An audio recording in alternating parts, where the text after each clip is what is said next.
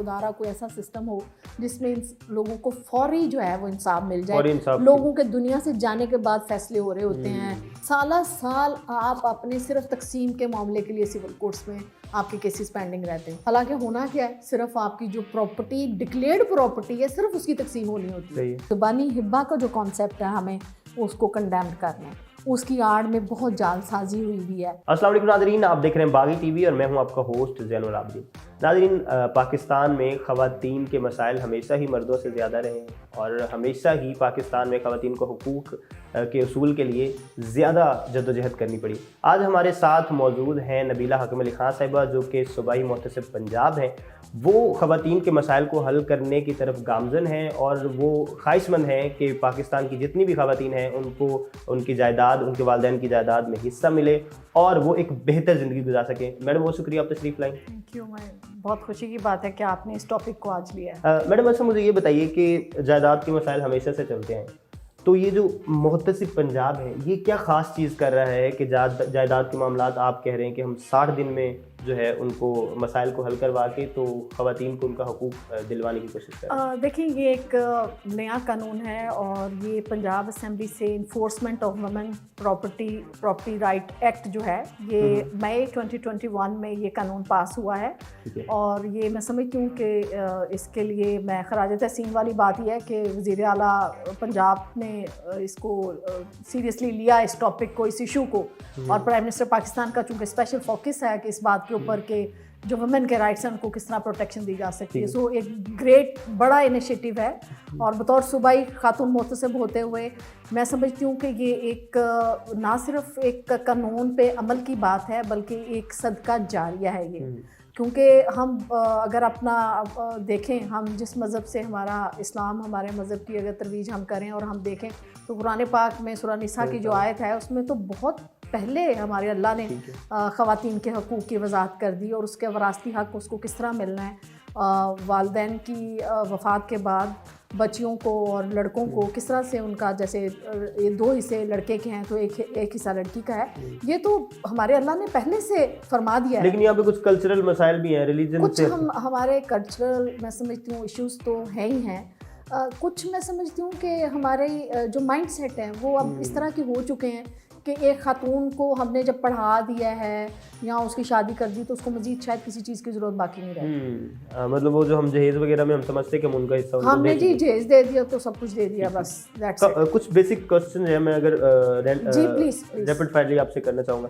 तो सबसे पहले मुझे ये बताएं कि पहले तो बहुत ज़्यादा तारीखें भुगतना पड़ती थी, हमें जाना पड़ता था अदालत में, उसको केस को और पूरा से उसको लुक फॉरवर्ड करना पड़ता था। अब आप लोग 60 दिन में कैसे ख़त्म करते हैं इसको?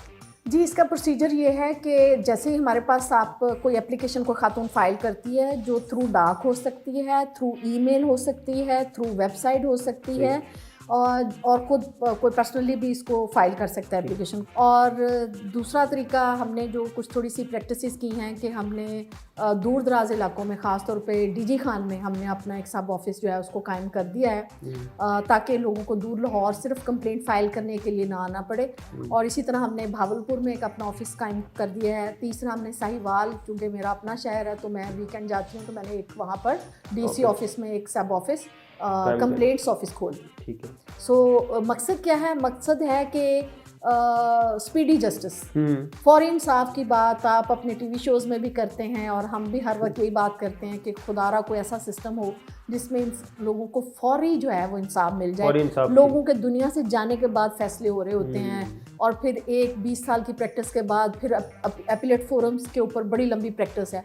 सो मैं समझती हूँ एक बड़ा ही ज़बरदस्त और बड़ा स्पीडी ट्रायल का ये कानून है और इसमें खातून मुहतसिब को बहुत इख्तियारात दिए गए हैं। और मकसद क्या है? मकसद ये है, ये हर घर की कहानी। मैं नहीं समझती कोई घर ऐसा होगा जिसमें ये मसला ना खड़ा हो।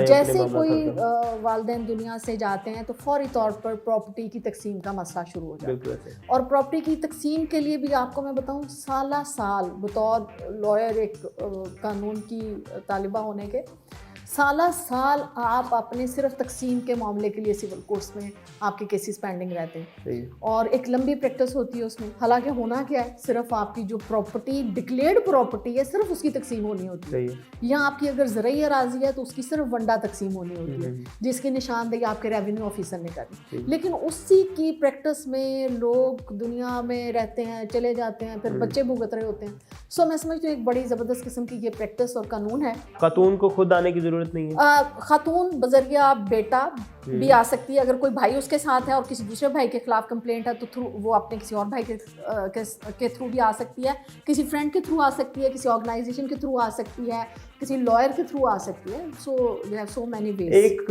अगर खातून है कहीं दूर दराज गांव की और वो लाहौर किसी तरह से आके अप्रोच करती है तो आप यहाँ पे बैठे उनके वहाँ के मामलात हल करें? जी बिल्कुल, जो लाहौर ऑफिस है, अगर हमें थ्रू डाक भी एप्लीकेशन आती है ना तो हम उसमें जिसके खिलाफ आती है उसको नोटिस करते हैं। अच्छा, उसको बुलाते हैं और अगर वो कोई नहीं आता तो कानून की इसके अंदर गुंजाइश मौजूद है कि थ्रू पुलिस हम उनको बुलाते हैं। ठीक है जी। तो नाज़रीन, यहाँ पे किसी किस्म की डिस्क्रिमिनेशन नहीं है। ज़रूरी नहीं है कि आप लाहौर के हैं तो लाहौर वाले ऑफिस आएँ, साहिवाल के हैं तो साहिवाल के ऑफिस में आए। तो आप कहीं के भी हैं या दूर दराज गांव से भी कोई ख़वातीन, कोई माएँ बहनें हमारी ताल्लुक़ रखती हैं तो वो डायरेक्ट वहाँ से यहाँ आके दरख्वास्त सबमिट करवा सकती हैं और वहाँ के मामलात यहाँ बैठे भी हल करेंगे मैडम। ठीक है मैडम, मुझे ये बताइएगा कि एक खातून का बेसिक हिस्सा कितना डिफ़ाइन किया गया है? वो तो हमें पता है, कुरान में कुछ जो आयात हैं सूरह निसा की उसमें तो बिल्कुल डिफ़ाइन कर दिया गया, लेकिन यहाँ पे क्या वैसे ही यहाँ पे भी डील किया जाता है? और दूसरा ये कि हमारे यहाँ मसला ये होता है कि कुछ ज़रूरी ज़मीनें होती हैं और एक घर होता है अलहदा से, तो लोग ये कहते हैं कि चलो ज़मीन में ले लो हिस्सा, घर में तुम्हारा कोई हिस्सा नहीं है, ठीक है, क्योंकि वो अबू मुझे दे रहे हैं ये वो। तो ये क्या मसला है? इसमें भी क्या ख़वातीन का हिस्सा होता है, घर जो होता है माँ बाप का उसमें? जी, पहली बात तो ये है कि बड़ी वजाहत के साथ जो हमारी विरासत का कानून है, कुरान पाक की बात तो सबसे अफजल है, उसके बाद विरासत का कानून मौजूद है, ठीक है, जो कि बेस्ड है कुरान के उस फरमान के ऊपर और उसके अंदर बड़ी तफसील के साथ है कि अगर कोई बंदा दुनिया से रुखसत होता है तो उसकी विडो जो है, बेवा को कितना हिस्सा मिलेगा। अगर बेवा जो है उसकी अगर औलाद भी है तो उसका शेयर जो है वो डिफरेंट है, 1/8 और 1/6 की उसमें फ़र्क है। और अगर कोई इशू लेस है, इशू लेस हम उसको कहते हैं जिसकी औलाद ना हो, तो उसको उसकी विरासत में से कितना हिस्सा मिलेगा, इसकी वजाहत भी मौजूद है। और उसके बाद अगर बेटी और बेटा है तो बेटे को 2 हिस्से जाएंगे उस प्रॉपर्टी के और बेटी को उसका निस्फ आएगा, ठीक है, बेटे के हिस्से का निस्फ जो है वो बेटी को मिलेगा। सो इसमें कंप्लीट वजाहत के साथ विरासत का कानून भी मौजूद है, फरमान कुरान पाक भी मौजूद है और हम इसी तरह से इन सारे मामलों को लेते हैं। और उसके बाद थोड़ा सा इसमें इशू जो है वो फिर डिटेल हो जाएगी बात की, वो ये है कि उसमें मसलक भी काउंट होते हैं, हनफी जैसे सुन्नी मसलक है या शिया मसलक है, या जैसे हमारे पास मिनॉरिटी के इश्यूज भी आते हैं तो क्रिश्चियनिटी एक्ट जो है उसके अकॉर्डिंगली जो उनका शेयर है उनको उस तरह डील किया जाता है, शिया को उनके हिसाब से डील किया जाता है और बाकी मसलक के लोग, ठीक है, मतलब मज़ाहिब की जो और मसालिक की है उसको भी आप मद्देनजर रखते हैं। बिल्कुल बिल्कुल। और उसके बाद जब हमारे पास एप्लीकेशन आती है हम इनको बुलाते हैं और फिर उसके बाद हम रेवेन्यू से उसका रिकॉर्ड मंगाते हैं, जैसे रेवेन्यू ऑफिसर से through deputy commissioners. DCs are मतलब डायरेक्ट हमारा जो लाइजॉन है वो डिप्टी कमिश्नर्स के साथ है और फिर उनको जो कानून की प्रोविजन है उसमें दे आर ड्यूटी बाउंड कि विदिन 7 डेज जो है वो कंप्लाई करें। लेकिन यू नो कि प्रोसीजर में थोड़ा सा टाइम लगता है, लेकिन इतना नहीं लगता कि आप समझें कि वही सिविल कोर्ट्स वाला सिलसिला है, वो नहीं है। और मैं समझती हूँ एक बहुत बड़ा काम जो हुआ है इस कानून के आने के बाद वो ये हुआ है कि सिविल कोर्ट का बहुत हद तक बर्डन जो है वो कम हो गया। बिल्कुल सही। और हो जाएगा फ्यूचर में, क्योंकि इसके अंदर, इस कानून के अंदर ये गुंजाइश मौजूद है कि अगर कोई केसेस जो हैं, जैसे तकसीम का ही मामला है, अगर सिविल कोर्ट में पेंडिंग है तो उस मामले को आफ्टर रिसीविंग एप्लीकेशन हम उसको टेकअप कर सकते हैं। सही है। क्योंकि जब भी मेरे पास लोग आते हैं वो कहते हैं जी आपने भी ये सुना होगा कि अदालत का मामला है तो सब जुडिस है, इसको यहाँ बात ना करें, लेकिन इसमें पैरेलल प्रोसीडिंग्स चल सकती हैं, ठीक है, और सिविल कोर्ट में पेंडिंग प्रोसीडिंग के ऊपर आप एप्लीकेशन यहाँ ला सकते हैं।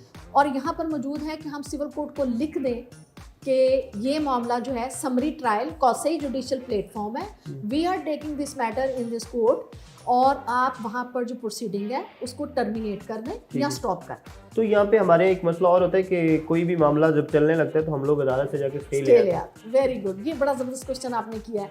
सबसे ज़्यादा मैं समझती हूँ कि जैसे कंप्लेंट्स हमारे पास आती हैं लोग क्या करते हैं, कोर्ट से जाके स्टे ले आते हैं। ठीक है। और फिर जब मैं उनसे पूछती हूँ आपका इसके अलावा कोई आर्ग्यूमेंट और है, कोई और आप बहस आर्ग्यूमेंट्स करना चाहते हैं, वो आगे से मेरी तरफ देखते हैं और कहते हैं मैडम मामला तो सब जुडिस है, आप तो इसको सुन ही नहीं सकते। फिर जब मैं उनको वो लॉज की प्रोविजंस बताती हूँ और एक्ट की कॉपी देती हूँ बाकायदा, जो कौंसिल हजरात मेरे पास आते हैं, मैंने कहा इसमें पढ़ें, इसमें लिखा हुआ है कि इसकी प्रोसीडिंग के ऊपर स्टे नहीं होगा।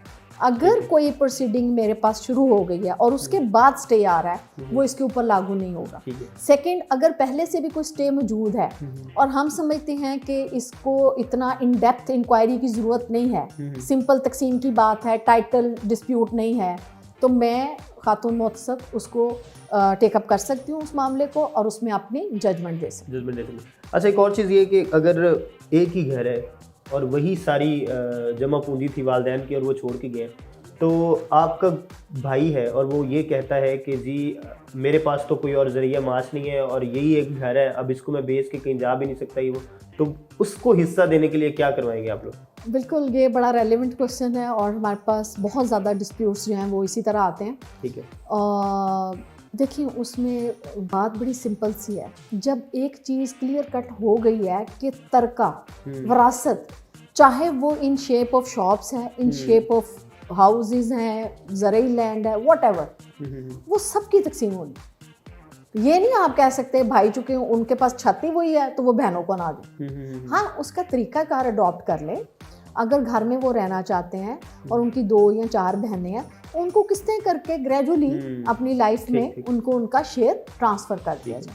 और ये हमने अगर जहाँ पर हमारे पास बहुत सारे ऐसे मामला आते हैं, समहाउ हमें भी थोड़ा फील हो रहा होता है कि एक ही छत है तो बहनें भी मांग रही हैं, तो हम फिर उसका सल्यूशन निकालते हैं और सल्यूशन इस तरह से निकालते हैं, उनको ऑफ़र करते हैं कि अगर कोई बेहतर हालात में है और वो ख़रीद सकता है या पोर्शन उसका करके ख़रीद सकता है और उसकी डिवीज़न इजी है, तो हम अपने एंड पे ही उसको करवा देते हैं। ठीक। वरना तो वही कहते हैं ना, तकसीम करानी तो जाएं जी सिविल कोर्ट से जाकर तकसीम कराएं। तो लेकिन हम यहाँ पर अपने यहाँ पर प्रैक्टिस कर रहे हैं, वहीं पे सुलझाने बिल्कुल हम बहुत हद तक करते हैं और उसमें हम उनको टाइम भी देते हैं। अगर वो पे ऑर्डर की सूरत में या कैश की सूरत में कुछ टोकन मनी दे देते हैं, कोई 3 महीने का टाइम ले ले, कोई 6 महीने का टाइम ले ले, 2-2 3-3 बहन भाइयों को आपस में सिटिंग्स कराते हैं। हमने बड़े पंचायती तरीके बनाए हुए हैं। ठीक है। क्योंकि मैं चाहती हूँ कि एक जब बंदा खुद इन प्रैक्टिस से निकला हो ना, लॉ की, जब मेरी इतनी 18-19 साल की मेरी अपनी प्रैक्टिस है, तो मैंने जब सारी तरह के केसेस किए हुए हैं हाई कोर्ट तक, तो बड़ी चीज़ें आप अंडरस्टैंड कर रहे होते हैं। और मैं करना चाहे तो हर चीज़ का हल मैं उसके ना 2 सेक्शन बना दिए। मैंने एक आर्बिट्रेटरी सेक्शन बना दिया, एक जो कोर्ट केसिंग्स है जिसमें एपीलेट फोरम्स पे हैं, हाई कोर्ट में, उसका सेक्शन C1 कर दिया, C2, 2 सेक्शंस बना दिए। ठीक है। जहाँ पर बहन भाई आपस में बैठ के बात करके मामला का हल हो सकता है, वो C2 को भेजती हूँ, उसमें उनकी हम सेटिंग्स कराते हैं। ठीक है। और ग्रेजुअली आप यकीन करें कि हमारे बहुत सारे मामला जो हैं इस तरह से हल हो जाते हैं। ठीक है। अभी तक मैडम कितनी शिकायत आई और हल हुई? जी 1000 अबव एप्लीकेशंस अभी आ चुकी हैं और ये 4-5 महीनों की सारी प्रैक्टिस है, आप देख सकते हैं। और ऑलमोस्ट 200 के करीब जो केसेस हैं उनके ऊपर इम्प्लीमेंट हो चुका है। सही। एक तो होती है ना कि हमने फैसले दिए और अमल नहीं हुआ, इनमें डिसीजन हो के अमल हुआ है जी, ये बहुत क्विक है। और उसके बाद कोई 700 अबव जो है बाकी एप्लीकेशन हैं उसके ऊपर अंडर प्रोसेस हैं, कुछ इनिशियल स्टेज के ऊपर। तो बिल्कुल ये बहुत क्विक है रिलेटिवली। हम देखें अदालतों के निज़ाम में तो वहाँ तो एक केस पे भी बल्कि एक स्टोरी मैं आपसे शेयर करूँगी, सोशल मीडिया पे काफ़ी हाईलाइट हुई है। एक असिस्टेंट अटॉर्नी जो कि खुद हाई कोर्ट में होते हैं, उनकी फैमिली का डिस्प्यूट हमने 45 डेज़ में हल किया है। अच्छा। जिसपे उनकी वाइफ और उनकी बहनों के जो प्रॉपर्टी के मामला थे, लाहौर की एक बड़ी प्रॉपर्टी थी उनकी और चचाओं ने उस पर कब्जा किया हुआ था। ये हमारी बड़ी सक्सेस स्टोरी है, बड़ी हमने इसको हाईलाइट किया है और हमने 2 मरले के मकान वाली भी सक्सेस स्टोरीज जो हैं वो भी अपनी की हैं। और अल्हम्दुलिल्लाह बाकी हम बड़ी कोशिश कर रहे हैं कि लोगों को इससे अवेयर करें ताकि उनको टाइमली उनके राइट्स मिलें। ठीक है। आपका इदारा काम नहीं कर रहा, कोई चेक एंड बैलेंस के लिए कोई मैकेनिज्म है कि अगर आपका इदारा भी ना काम कर रहे तो हम कहाँ जाएं? बहुत ही स्ट्रॉन्ग इसका चेक एंड बैलेंस का सिलसिला है। ठीक है। आप सुन के हैरान होंगे, एवरी थर्सडे जो है इसका डाटा शेयर होता है प्रोविंशियल लॉ मिनिस्टर के पास। अच्छा। प्रोविंशियल लॉ डिपार्टमेंट के पास, और वहाँ से डाटा शेयर होता है every Thursday federal law minister और law and justice department Islamabad. अच्छा। और उसके बाद प्राइम मिनिस्टर साहब हर हफ्ते इसकी रिपोर्ट ले रहे हैं। अच्छा। और आपको बताऊं और बात इसमें, सबसे पहले जब मैंने ऑफिस ज्वाइन किया सितंबर 24 को, within 24 hours notice head of state president of Pakistan खुद लाहौर तशरीफ लाए enforcement of women's property right act की तशहीर के लिए। अच्छा। आप इससे ज़्यादा बताएं किसी का क्या स्टैंस हो सकता है, क्या उसकी इस पे मुस्तकिल मिजाजी हो सकती है, और कितना अच्छा स्ट्रॉन्ग डेवलप्ड मैकेनिज्म है इसका। और इस पे बहुत सारी रिफॉर्म्स के लिए भी अभी कुछ प्रपोजल्स हैं कि जो इसके लूप होल्स हैं, गैप्स हैं, उसको हम इंशाल्लाह बहुत जल्दी उसके ऊपर उस पर भी काम हो रहा है। अभी बल्कि मैं यहाँ आई हूँ तो मैं पीछे बता कर आई हूँ कि within 2 days we have to submit our report to law and justice department. Federal law minister ने मांगी हुई है कि प्राइम मिनिस्टर साहब ने कहा है कि इस आपका जो प्रोसीजर है या तरीक़ाकार जो आप इस एक्ट के हवाले से कर रहे हैं उसकी रिपोर्ट शेयर करें।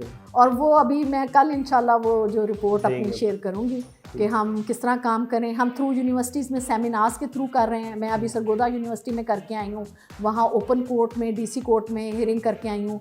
भावलपुर मेडिकल कॉलेज में जाकर इसका एक सेमिनार करके आई हूँ, वहाँ पर डीसी की कोर्ट में हमने केसेस सुने ये, और वहाँ पर जाके हम बाकायदा अपनी पब्लिसिटी भी लगाते हैं लोगों को अवेयरनेस कैंपेन के हवाले से अवेयरनेस की बहुत जी। और इसी तरह फिर हमने अभी हमारा प्लान जो है मुल्तान में हम करने जा रहे हैं, उसके बाद लाहौर यूनिवर्सिटी में, आपकी यूनिवर्सिटी में जा रहे हैं जहां आप पढ़े, और अभी हमें वहां की इनविटेशन भी पेंडिंग है, और लाहौर कॉलेज में जा रहे हैं, उकाड़ा यूनिवर्सिटी में सेमिनार कर चुके हैं। बहुत सारी जगहों पे हमने अपने तौर पे बहुत सारी चीज़ें करनी शुरू की हैं कि अगर अल्लाह पाक ने हमें इस जिम्मेदारी के काबिल समझा और ये हमें पोर्टफोलियो अगर मुझे खातून महोत्सव होने का एजाज़ मिला है तो मैं इस पे अपनी भरपूर कोशिश करूं। आप सबसे उम्मीद करती हूं कि आप भी इसका पार्ट बनिए कैंपेन के हवाले से और लोगों को अवेयरनेस के हवाले से।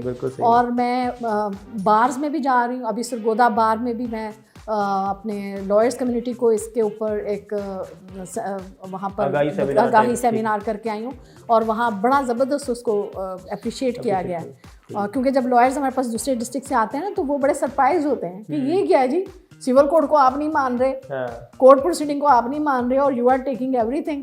और आप अपनी, और मैं अब बता दूं आपको कि मेरी बहुत सारी जजमेंट्स जो हैं वो अभी हाई कोर्ट में भी चैलेंज हो चुकी हैं, क्योंकि ज़ुबानी हिब्बा का जो कॉन्सेप्ट है हमें उसको कंडेम्ड करना है, उसकी आड़ में बहुत जालसाजी हुई हुई है। अगर बाप ने अपने बेटे को कोई पोर्शन ऑफ लैंड दिया है तो उनकी ही याद में ही उनको बगैर बताए फ्रॉडुलेंटली उन्होंने अपना नाम बाकी रकबे भी करा लिए हुए और ख़वातीन डिप्राइव्ड हैं। और ज़ुबानी हिबा जो है वो बिल्कुल एक्सेप्टेबल नहीं है, और कानून में भी इसकी अब कोई गुंजाइश नहीं है, क्योंकि एक्सेप्टेंस का प्रोसीजर है कि अगर किसी को आप हिबा करें दूसरी तरफ से एक्सेप्टेंस भी आई हो, कबूलियत का अमल भी हुआ हो, जो कि पीछे नहीं है। सो मैंने ऐसे बहुत सारी केसेस जो हैं वो कर दी हैं, जजमेंट्स उनके अगेंस्ट दे दी हैं, बाकी अल्लाह ताला देखने वाला है। मेरे एंड पे जो मैं कर सकती थी मैंने तो किया है। ठीक है मैडम, बहुत शुक्रिया आप तशरीफ लाई। जी तो नाज़रीन, हमारे साथ मौजूद थी नबीला हाकिम खान साहिबा, तो उन्होंने हमें बताया ये है कि किस तरह से कितना आसान करने की कोशिश की है गवर्नमेंट ऑफ पंजाब ने ख़वातीन को उनके हकूक़ तक रसाई। तो अगर आपके कोई मज़ीद सवालात हैं, ख़वातीन के कुछ मज़ीद मसाइल हैं, तो हमें कमेंट सेक्शन में ज़रूर बताएं ताकि हम मैडम को फॉरवर्ड करें और आपके मसाइल जो हैं वो बर वक्त हल हो सकें। इसी के साथ दीजिए इजाज़त। अल्लाह हाफ़िज़।